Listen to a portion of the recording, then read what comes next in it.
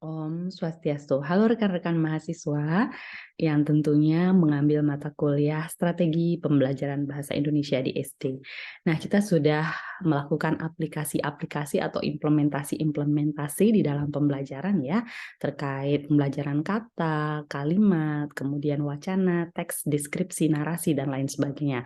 Nah, untuk bekal Anda secara teoritis itu penting juga ya untuk mengetahui bagaimana model, pendekatan, teknik ya dalam pengajaran dan juga kita sudah berupaya untuk melakukan strategi-strategi jitu dalam pembelajaran bahasa Indonesia di SD ya. Jadi untuk pengetahuan Anda nanti misalnya untuk menyusun teori, menyusun skripsi yang digunakan sebagai landasan teori, Anda juga harus memahami model-model pembelajaran bahasa Indonesia di SD. Nah, izin saya berbagi screen. Nah, tampaknya ketika Anda berselancar di dunia virtual ya melalui Google atau jurnal, kemudian juga ada di berbagai platform TikTok, YouTube gitu ya, kita akan bertemu dengan banyak sekali model pembelajaran bahasa dan sastra Indonesia di SD. Nah, saya perkenalkan beberapa ya model pembelajaran yang biasanya digunakan dalam pembelajaran bahasa Indonesia di SD. Yang pertama itu adalah discovery based learning ya. Nah, ini sudah banyak dipahami. Kita berbincang mengenai discovery based learning, teori belajar yang menempatkan peserta didik sebagai pembelajar aktif. Jadi dia membangun sendiri pemahamannya ya. Jadi petualangan ya. Anak-anak itu diminta untuk menemukan sendiri, kemudian merancang sendiri dengan berbagai langkah-langkah yang dilakukan oleh guru ya. Yang pertama itu pasti menciptakan stimulus ya. Jadi stimulus itu rangsangan yang diberikan lewat cara melihat, mendengarkan, membaca, menyimak dan lain sebagainya ya. Jadi guru ini bisa mulai menstimulus anak dengan memancing pertanyaan misalnya ya, atau mencari-cari benda di sekitar kelas begitu. Nah itu boleh ya, nanti siapa yang bisa mendapatkan benda yang dimaksud, nanti anak itu maju untuk dapat mendeskripsikan atau dapat mengaitkan ya dengan apa kepribadiannya. Misalnya ya, anak-anak diminta coba cari di sekitar kelas ini salah satu benda yang cocok menggambarkan diri Anda. Nah, ini khusus untuk kelas tinggi ya, misalnya kelas 5, kelas 6. Misalnya ada yang mengambil buku gitu ya. Coba dijelaskan apa persamaan dari karakter buku dengan karakter yang adik miliki seperti itu misalnya ya. Oh, buku ini putih, Bu, belum tertulis apapun gitu ya. Jadi sama seperti saya merasa bahwa saya belum banyak belajar dan sebagainya gitu ya. Atau ada yang mungkin yang lebih riuh, dia minta itu diambil adalah apa misalnya ya remote AC gitu. Apa yang sering yang sama kepribadian remote AC dengan dirinya. Oh, sering hilang, Bu. Ya, seperti itu kan bisa ya menjadikan sebuah kelas itu menjadi kelas yang riuh dengan pertanyaan-pertanyaan, dengan pengetahuan-pengetahuan baru, ya. Discovery based learning dengan langkah yang pertama yaitu menciptakan stimulus yang akan menghasilkan respon-respon dari siswa. Kemudian langkah selanjutnya yaitu menyiapkan pernyataan atau pertanyaan masalah ya. Jadi semuanya berakar dari masalah ya. Jadi diambil misalnya kita ingin mengajarkan terkait kata gitu ya. Anak-anak diminta untuk menjawab pertanyaan misalnya. Kata kata ganti orang pertama misalnya ya, aku, kemudian siapa lagi, saya, dan lain sebagainya. Nah, itu disiapkan harus pertanyaan-pertanyaannya ya. Misalnya tentang sastra gitu, diberikan tokoh-tokoh gitu ya, tokoh-tokoh sastra. Nah, anak-anak siapa yang tahu ini? Nah, jadi bisa mendeskripsikan atau diminta untuk, "Wah, gimana ibunya di rumah ya? Apakah anak-anak, selalu tidur didampingi ibu?" Nah, jadi dia bisa mendeskripsikan anak-anak itu ya, mendeskripsikan apa yang dilihatnya, dirasakannya, kemudian didengarnya dan lain sebagainya ya. Kemudian yang ketiga, mengumpulkan data dan mencoba, tentunya anak-anak diminta untuk mencoba ya, mempraktikkan secara langsung pernyataan-pernyataan dari masalah yang diungkapkan oleh guru. Kemudian mengolah data, memverifikasi dan menarik kesimpulan. Nah, itu dia tadi ya, dari berawal dari stimulus ya diberikan oleh guru, kemudian rangsangan-rangsangan berupa pertanyaan yang akan membuat anak-anak mencari pengetahuannya sendiri. Oke, yang kedua itu adalah project based learning. Nah, ini juga saya terapkan di tingkat mahasiswa masih ampuh ya. Jadi project itu ada dua, bisa project individu atau project kelompok. Nah, ini bisa guru terapkan. Misalnya kalau individu, guru ingin mencari keterampilan atau bakat anak-anak. Kadang-kadang kan anak-anak di mahasiswa saja ya, kalau dia itu sebenarnya bisa gitu ya, tetapi kurang berani untuk tampil ketika ada di kelompok gitu, malu-malu gitu ya, takut dibandingkan dan lain sebagainya. Nah, ketika diberi tugas individu, ternyata dia gemilang sekali hasilnya gitu ya. Nah, kita bisa melihat bakat-bakat terpendam dari anak-anak yang memang memiliki cara belajar yang berbeda-beda. Ada anak yang cara belajarnya itu audio visual, ada yang visual, ada yang cuman audio saja, ada yang diam seperti itu ya. Tidak banyak gerak, tetapi dia bisa mentransfer atau bisa menangkap semua pembelajaran. Nah, itu kan kita harus istilahnya penguatan diferensiasinya itu ada. Jadi kita harus bisa mengakomodir segala segala apa ya, segala cara belajar anak, tetapi juga tidak kelelahan guru tersebut. Jadi diambil yang dominan seperti apa, misalnya audio visual yang paling dominan, ya kita siapkan materinya berupa materi audio visual dan lain sebagainya gitu ya. Nah, kalau untuk project based learning yang berbasis kelompok, itu diminta anak-anak untuk dapat bagaimana kemampuan beradaptasi sosialnya, merespon empati. Nah, di sana ya, jadi kita bisa melihat bagaimana dia berbaur dengan teman-temannya, apakah dia mampu untuk menjadi leader atau menjadi pemimpin gitu ya, atau mereka lebih cocok berada di belakang layar seperti itu, misalnya senimannya atau pembicaranya begitu. Nah, kita bisa melihat karakter-karakter anak ini dari kerjasama kelompok ya. Nah, ini sama juga project based learning, tapi tidak dimulai dengan stimulus, tetapi langsung ke pertanyaan ya. Pertanyaan-pertanyaan atau topik-topik masalah, nah itu bisa disampaikan oleh guru. Kemudian mendesain perencanaan project. Salah satunya adalah mau individu atau project kelompok seperti itu ya. Nah, misalnya temanya tema apa ini? Biografi misalnya, biografi tokoh atau tema alam, tema lingkungan dan lain sebagainya. Nah, itu harus disesuaikan dengan RPP yang dijalankan oleh guru. Kemudian menyusun jadwal, memonitoring kegiatan dan perkembangan proyek. Nah, ini penting sekali ya. Sama seperti saya ketika saya meminta mahasiswa untuk presentasi, sebenarnya kan di sana melatih kemampuan atau keterampilan berbicara dan juga menulis dalam bentuk laporan atau PowerPoint. Nah, penting sekali guru atau pendidik itu dapat memberikan inputan, memonitoring atau mengevaluasi ya. Jadi kalau anak dibiarkan begitu saja, tanpa adanya inputan-inputan berarti, maka pembelajaran itu tidak akan berarti. Jadi penting memberikan arah, apakah yang dikerjakan sudah benar atau masih ada kurang-kurangnya, diberikan tambahan. Jadi anak-anak itu belajar gitu ya, belajar artinya mencari pengetahuannya sendiri dan juga mendapatkan apresiasi dari pendidik itu sendiri ya. Kemudian menguji hasil. Nah, misalnya apakah setelah berdiskusi anak-anak gitu ya, mendapatkan sebuah hasil, nah hasilnya itu diuji dengan segala hal yang dilakukan oleh guru, kemudian baru mengevaluasi, misalnya siapakah kelompok terbaik, seperti itu, siapakah kelompok terdisiplin, nah itu masuk ya, penguatan profil pelajar Pancasila, pendidikan karakter juga masuk di sana.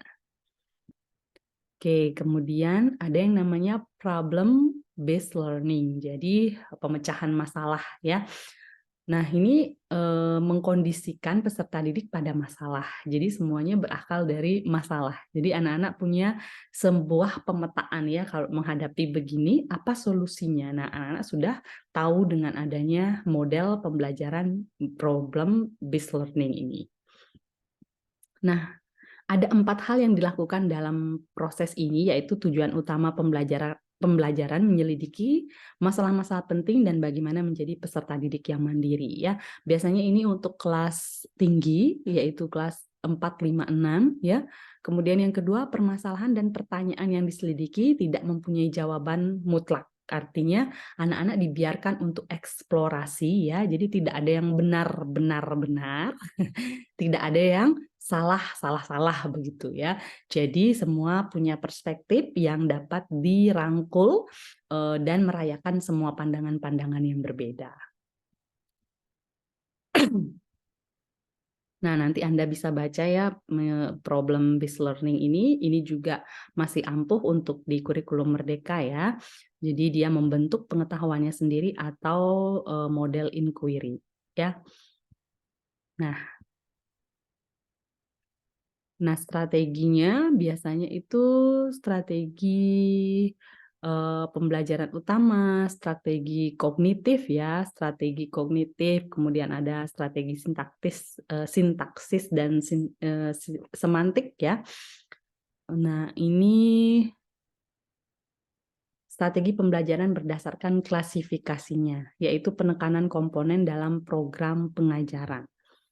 Nah, ini nanti akan saya berikan modulnya ya. Jadi ada diskusi, pengolahan pesan atau materi, banyak sekali ya cara pemrosesan penemuan. Nah, itu bergantung kepada model yang mana yang digunakan oleh guru ya.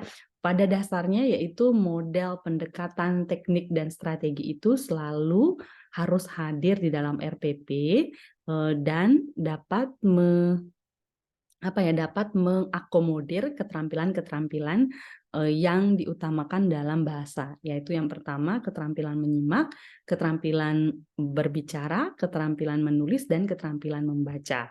Kemudian ada 2 komponen penting yang sebagai tambahan yaitu sastra anak dan juga literasi di dalamnya ya. Jadi strategi-strategi seperti itu yang bisa menentukan pendekatannya apa yang digunakan, kemudian modelnya, kemudian metodenya seperti apa, tekniknya dan strateginya seperti apa. Jadi strategi keterampilan berbicara kita ngambil pendekatannya misalnya project based learning gitu ya.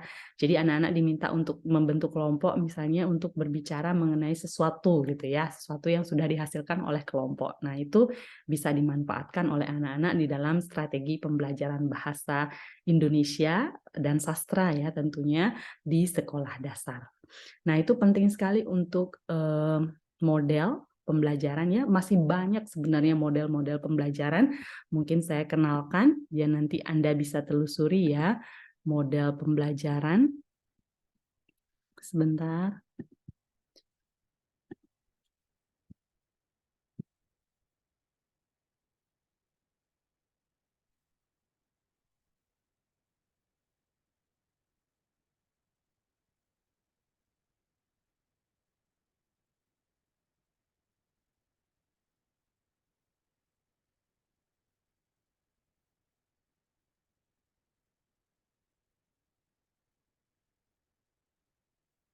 Nah, nanti saya akan berikan Anda modul lebih jelasnya. Nah, ini dari pendekatan ya.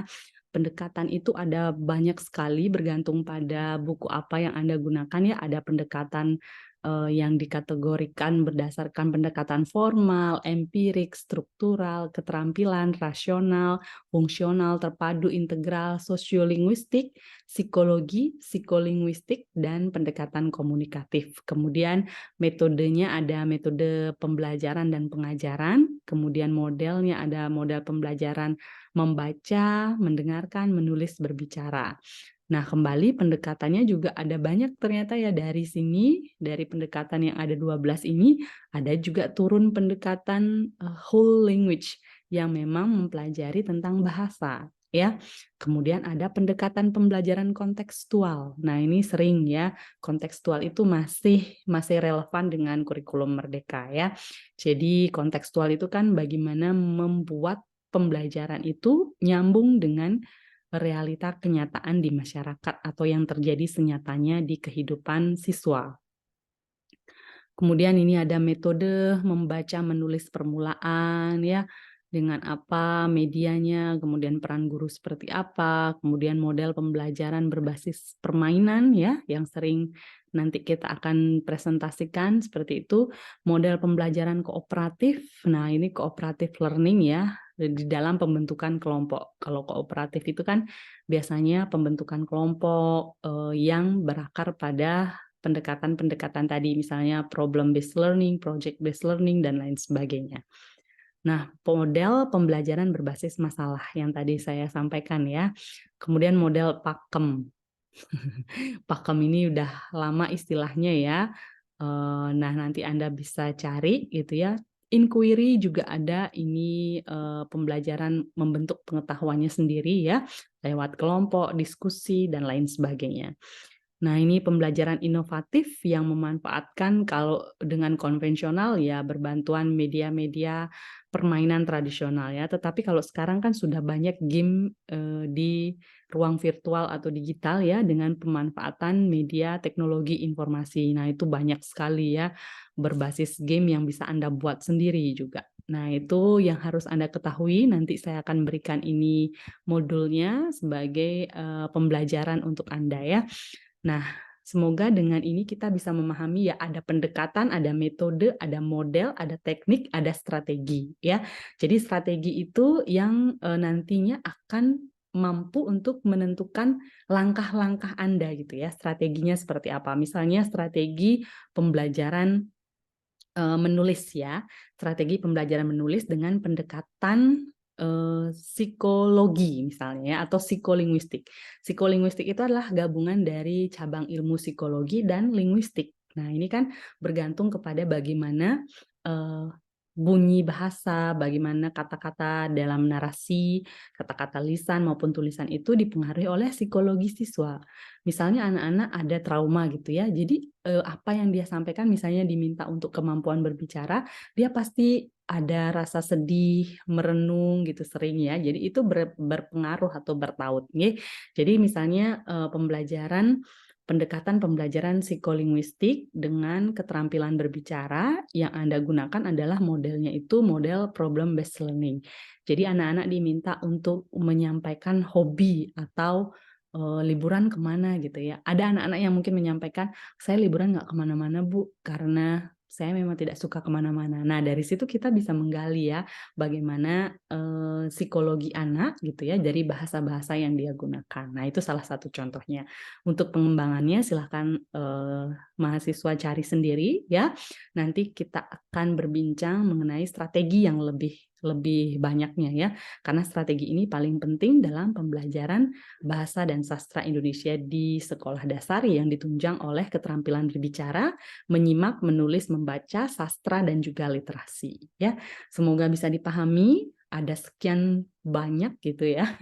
Nanti Anda sarikan, Anda saring sendiri, oh kira-kira mana nih pendekatan, model, metode, teknik, dan strategi yang digunakan ya.